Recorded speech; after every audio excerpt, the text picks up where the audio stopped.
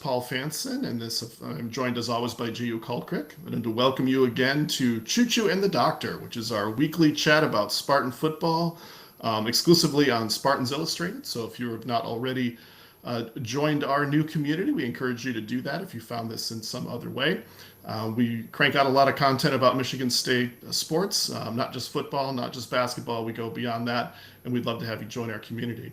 But today, and as we do every Monday throughout the football season, again, I am joined by J.O. Kulkrick, who, of course, is the new color commentator voice of Spartan football on the radio. And he has recently returned from Big Ten country. Of course, I'm referring to sunny Southern California. And the first and maybe most important question I have to ask you today, J.O., is did you get to go to the beach? Did you touch the Pacific Ocean while you were in California this time?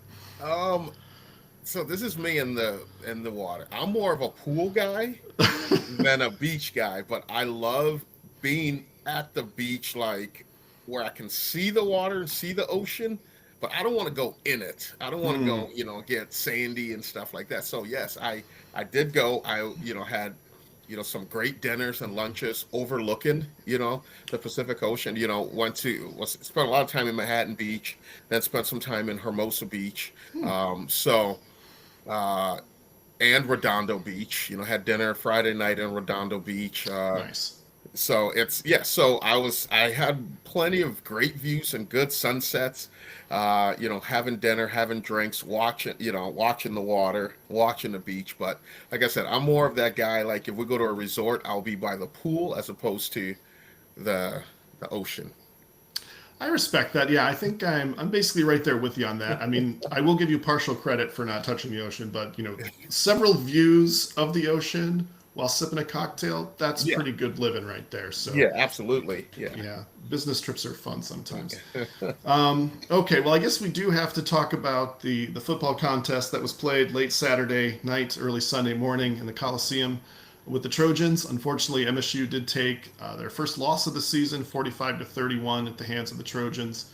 And we're now 4 games in. That's a third of the regular season. So we should do kind of an overall vibe check. Where are you feeling, Jay? Are you more or less optimistic about the rest of the season and the chances of, say, a bowl game than you were coming into the game?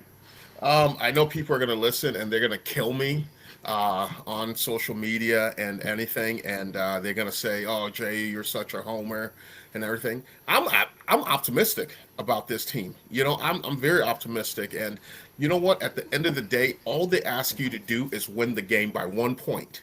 That's Mm-hmm. all you have to do. So if our defense is lacking and they let up 30 points and our offense scores 31 points, we still win the game. And we find ways to win it. You look at this is not a comparison between the two teams.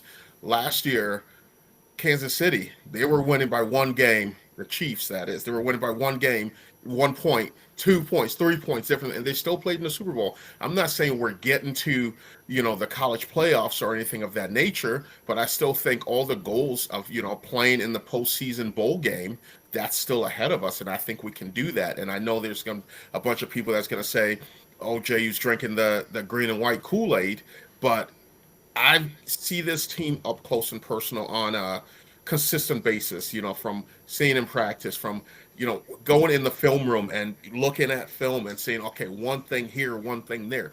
Yes, there's a ton that needs to be worked on defensively and offensively. Offensively, the offensive line has to mesh and better protect Aiden Childs and create running lanes for the running backs. Yes, that's there, and that's what needs to be worked on.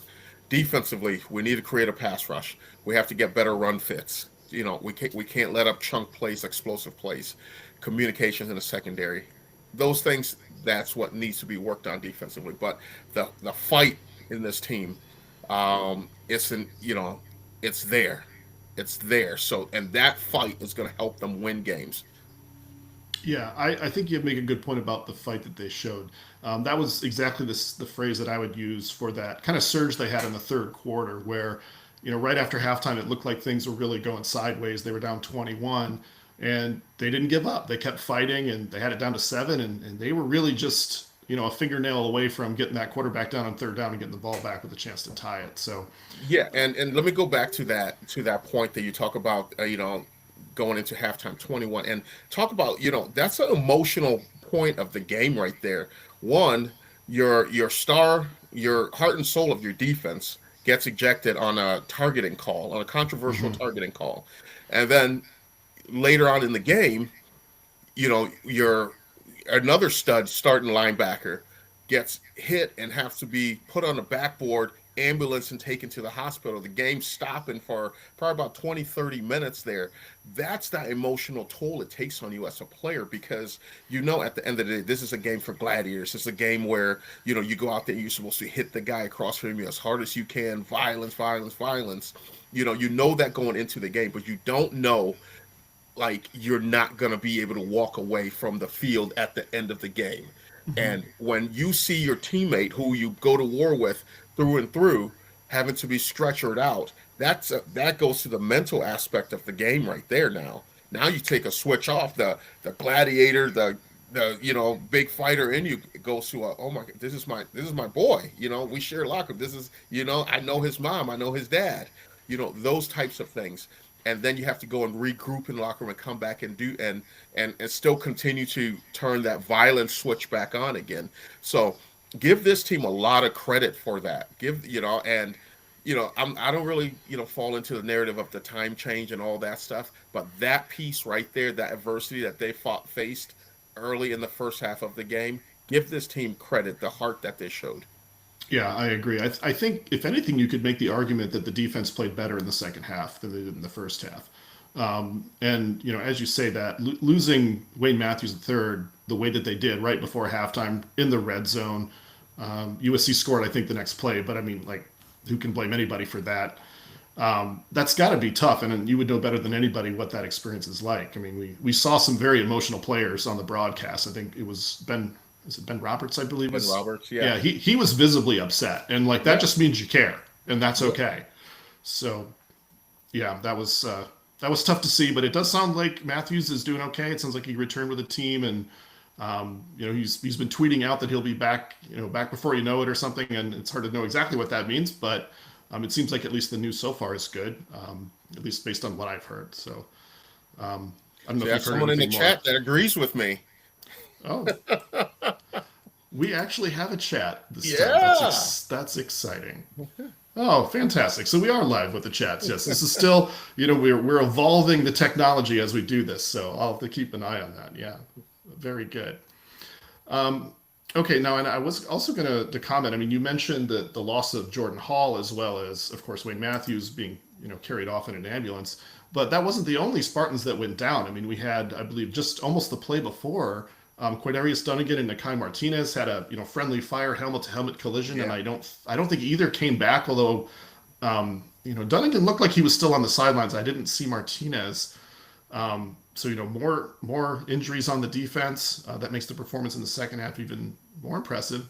And then Stanton Ramil went down, I believe, in the first half from the offensive line. Yeah, So Stanton Ramil went down, but Rustin Young, he came in, and I thought he did a good job. I think he held his own for a while there. So yeah, the injury bug, that gets you. So that Dunnigan and Martinez, that would look like a brutal hit too, and that was like right before Wayne Matthews, um, injury as well. So yeah, that was tough. I guess it's just more adversity that the team is going to have to play through. I mean, the good news is they have a bye week now, so there's additional opportunity to kind of heal up from some of that. hmm, So I wanted to ask you a little bit more about some of what happened on defense. Is I think going into the game, we knew that USC had a very high-powered passing attack, hmm, but the expectation was, or the hope, is that the Spartans could contain the Trojan running attack. But that was really not the case. The Spartans gave up 289 yards on the ground. That's over 7 yards per carry. So, what do you think went wrong with the rush defense on Saturday? yeah. That's the strong point of the Spartan defense has been that run game. They averaged, letting up only about 60, 62, 63 yards per game on the ground as a defense. And this week they got gashed. And you look at the stat. I think your two leading tacklers were your safeties. It was Malik Spencer and Martinez were the two leading tacklers. So you know that's an issue when your safeties are the leading tacklers in the game. I just think there were some bad run fits by the Spartans. That didn't get in that position. A lot of over pursuing the play, and those and the USC's offensive line did a good job of mauling the D lineman and getting positive yards for their backs to get through. Now, when you say that they weren't doing the correct run fit, now is that more due to because it looked like USC was running some pretty complicated pulls with some of the linemen. So is it more schematic? They just like had some tricky stuff they had trouble identifying, or was it a nerves or focus, or what causes that type of error? You think? Yeah, it's trusting your eyes. When you play the game of football, the thing that never lies are your eyes. And a lot of times too, there's two players on the field that will tell you where the ball's going. One, the guards will tell you where the ball's going, and if there's a fullback in there, 90% of the time the fullback's going to take you to the guard to the play unless they do some split action or something like that. But you read the guards. If the guards are pulling, that's where it's going to go. And so sometimes when you read the guards and they go into the left and you over pursue to the left, that's where your run fit come into place. Then you're out of pocket, and if that running back takes a jump cut or one step the other way, there's that crease for him to run through. So being disciplined with your techniques and reading with your eyes. I see. Okay. Well, hopefully, as the season progresses and with an additional week to work on things, we can see some improvements in that area going forward. Although they were very solid in the first three games, so hopefully it's just a one game anomaly with a very high powered offense. Right. So let's talk a little bit about some of the other players that were injured last week, but that made a return. So, I know both Nick Marsh and Mekhi Frazier were somewhat questionable heading into the game. It was announced right before that both would play. Both did play. Marsh had only 2 catches for 28 yards. I believe they were both pretty early in the game, too. Yeah. And then Mekhi Frazier, I think, came on a bit later. He wound up with 61 yards on 14 carries, 4.4 yards per attempt is what he's credited with now. And he seemed to get stronger as the game went on, and he had some nice plays late. So, how would you rate those two players' performances coming off an injury? And do you think they were still a little hampered, or is it just I think Marsh was a little hampered. I think he was good to go. He was cleared to play, but I still think I know he had a brace around his knee, throughout the game. So that can hinder you, that can hamper you a little bit. But also too, Martinez, not Martinez, Mekhi Frazier.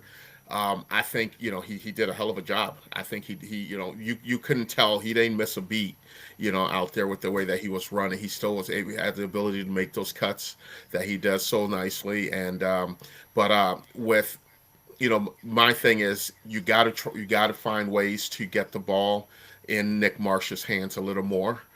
Get him involved with the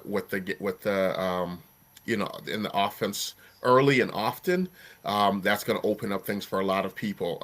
Went from last year when Nick Marsh was the guy that was triangle covered defense, but now he's there. People are paying attention to him, and it's opening up other guys. And you saw Amari Kelly had another big day.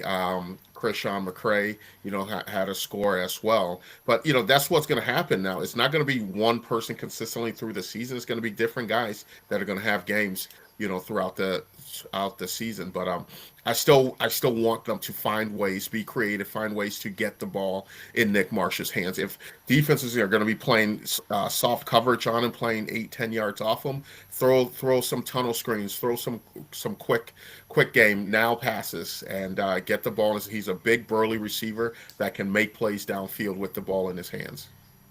Yeah, I think they definitely need him as part of the offense. And I'm not sure how many targets he had in the second half, but do you think he just wasn't getting open because he was a little hampered, or were they just not going to him for some other reason? I think a couple folds. I think one, two. You go with your hot hand. If Mm, someone's on fire, you go. You continue to target there, and there did play. Some coverage man with a safety over the top on some bracket coverages on Nick Marsh. So that's where now you got to start moving him around a little bit. Put him in motion, do some things. You can't have him stationary the whole time. You have to figure out ways to get him in motion so he can single out that defensive back that's covering him. okay, makes sense. All right, let's talk a little bit about Aiden Childs. I think that certainly he had a solid week, I would say, and he continues to I think show a lot of maturity. I think that's been a significant improvement. He had 212 yards, 3 touchdowns, and again 0 interceptions. So I think I charted he's thrown 81 passes so far this year and only 1 interception, and that was a batted ball. So how would you rate Aiden Childs' game this weekend? I thought he had a terrific game. A game from going into going to his hometown, Mm, home, closest home area there. I thought he had a really good game. Rushing the ball, 35 yards and a touchdown on the ground, thrown for three. I was concerned with him going into the game. I thought he was going to be um, too high, too excited, mm, maybe overthrowing some things and of that nature. But I thought he was calm, he was cool, he was collected, and so I thought he played very well. And if he continues to play, at this level, this caliber, and just ups it a little more. I think this offense is going to continue to rise up there, and hopefully defense can get one or two stops. And I think the whole thing with this game, I know we're talking about Aiden Childs, but overall for the game, I think what was needed in a game like this is the defense needed to get three stops, and I think they mm, got they got one out of those three. mm. That fumble that they caused, that was that one stop that they needed, and Spartans were able to get the ball back, score, and bring it to a one-score game. And when they came down to it, they couldn't get those other two stops throughout the game. Yeah, that makes sense. I think you're right. If they would have been able to get those stops, and we'd mentioned before that they almost got the quarterback down there. I think on the first play of the fourth quarter, if they get that, it's maybe anyone's game at that point. Did you have any other comments or observations from the weekend in Southern California for us today? Yeah, the Spartan contingent was nice there. There was a lot of Spartans out there in the LA area in Southern California and at the game. It was really cool atmosphere that was there. But I just think Spartan Nation, you know, stay calm. You know what Aaron Rodgers said a few years back: relax. All right. Yes, they're figuring this thing out. It's a process. It's year two of getting these guys getting going. We've seen the offense has taken a step. Last season, the offense was averaging about 19 points per game. This season averaging 30 something points per game. So let's just stay calm. The defense is going to come as well. But what's not needed is just going and just bashing the team, coaches, players, and stuff like that. That's just that's uncalled for in my opinion. Support the team. I get frustration, but these guys aren't going out there and being like, oh, you know what? I'm not going to play today. I'm going to take a play off. They're giving their all, and so the support from Spartan Nation will really help. Yeah, I certainly agree with that, and I agree with the positive vibes. If anything, feel better about the team after this weekend than I did, as long as we can get some of those players healthy. Um, Now, thinking about the overall Big Ten, I know a lot of Big Ten teams were off this week, but we did see some interesting action around the Big Ten of the country. Are there any games that you look at now and you say, that might be a little easier or that might be a little harder than we thought as we think about the last 8 games on the schedule? You know what? I still think I like where going into the season. I think we did this, and you can fact check me from week one, from the first week. I said 7 wins or so, 7 maybe 8 wins is like the for the Spartans, and I'm still sticking with that. I think there's a lot of they're playing a lot of good football. I'm confident. Playing the Nebraska team.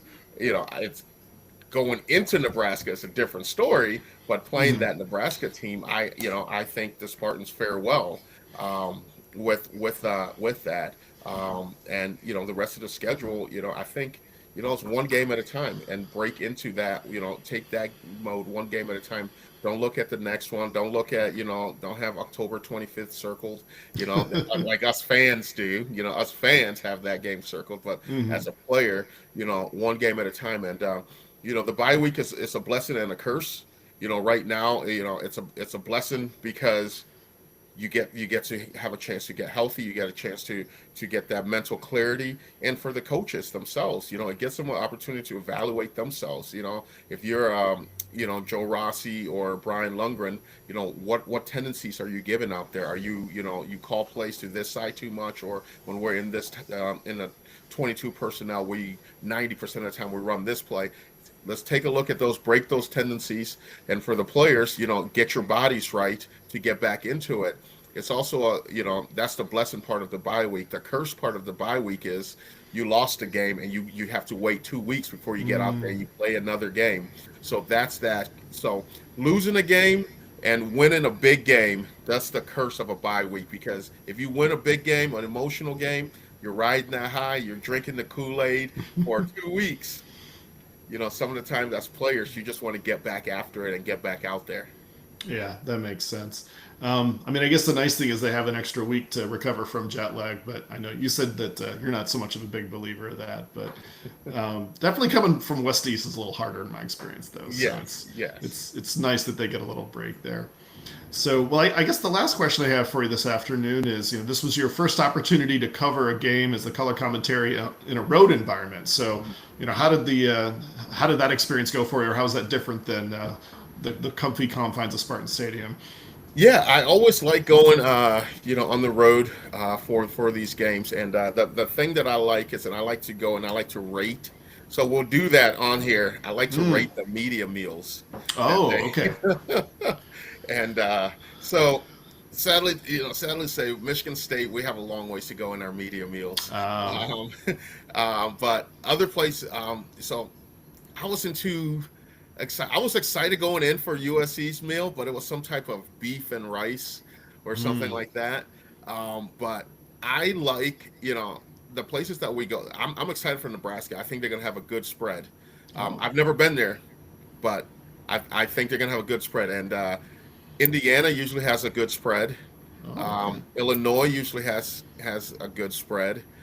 So we'll see. That's the thing that I'm so on a scale of 1 to 10, 10 being the greatest, one being the worst, I would say USC's medium meal was 5.6. 5.6. Ooh, two Yeah. significant digits. Very good. Yeah. So I guess you mentioned Spartan Stadium as a way to go, and I have also experienced the Spartan Stadium media concessions, which is it's not that great. But what if you were to give it a numerical grade, just for comparison, where would that sit? Um, I would give it a 6.2. Oh, so you're gonna give you're saying that's above USC then? It's above USC because they Oh, have like brats and hot dog, like stadium food, okay, too. okay. But yeah, actually for USC, I actually I snuck in the president's suite, and I had some of the food that was in there, as Oh, opposed to at nice. halftime I went in there. They had some wings and hot dogs and stuff. But so that doesn't count in the media meal side of things. But yeah, so every week we're gonna grade it. Okay, I like this strategy. I like the culinary rankings part of the show. That's we'll Yeah, add that so to the outline. That's if we're fantastic. keeping tabs right now, USC's on the bottom, then Okay, Michigan State. All right, so 5.6 for USC, six. What I said, 6.2. 6-2, I think. Yeah, I feel like Yeah, I need to for write this down somewhere. and We'll, we need a we'll, little we'll make note tracker. of it. Yeah, I can make a graph of this. This will be very exciting. Well, I guess I just noticed we had a couple comments in the chats in the chat. There was I just figured I'd shout that out because it's exciting that we can interact with the fans. It says when you take arguably the two best experienced players off the defense, like what happened, it'd be so hard to maintain. But they did show lots of fight, and I'm proud of the guys given the circumstances. Oh, Yes, absolutely. totally agree. Hmm. And then so glad we have a week off before we go to Nebraska. Yeah, I think that's definitely good. Childs played a really good game under pressure. Played within himself very well and not putting the ball at risk. I would Yeah, agree with and that's that. And something too. That's a great point there. That played within himself. He's done that all year long, and and it showed. He's not having the sexiest of numbers. He's not throwing for 300 something yards. He's taken what the defense has given him, and we talked about it. I don't know, week 2 or something. He doesn't feel he has to be Superman every down. He can be Clark Kent, and then when it's time to put the cape on, that's when he does it and makes those plays. So I agree. He's playing very well with himself. He did Saturday night, and he's been doing that all year long. Yeah, I agree. And then the final comment in the chat, I think we're just bringing the positive energy. Nothing but good vibes here tonight. It says happy with the way the offense is playing this year, and it's hard to disagree with that. I think they have been solid, and if the offensive line still could be short up a little bit, hopefully we'll see some Right. improvement in that. But otherwise, I think, as you said, it's an improvement over the productivity that they had last year. So that's certainly exciting. Yep. Okay, well, I think that's all the time we have for this afternoon. Jay, as always, I appreciate your time. It's always good to chat with you and to again get a vibe check of how we're feeling about the Spartans. So, again, we have the week off. I guess if you're available, we can still chat next week. Talk about where Yeah. we are a week from now. See what get a little bit of a preview of the Nebraska concept or contest that'll be coming up later. Um, but other than that, thanks again for tuning in, everybody. Again, please sign up for Spartans Illustrated if you have the chance. We did have a nice live stream this time with actual comments, so we're making progress on the technology front, which is always good to see. And as always, we'll be back here same time. Well, not the same time. We'll probably be back at more like 7:30 next time, but same channel. And as always, go green. Go White. All right, thanks, Jay. You have a good night. You too.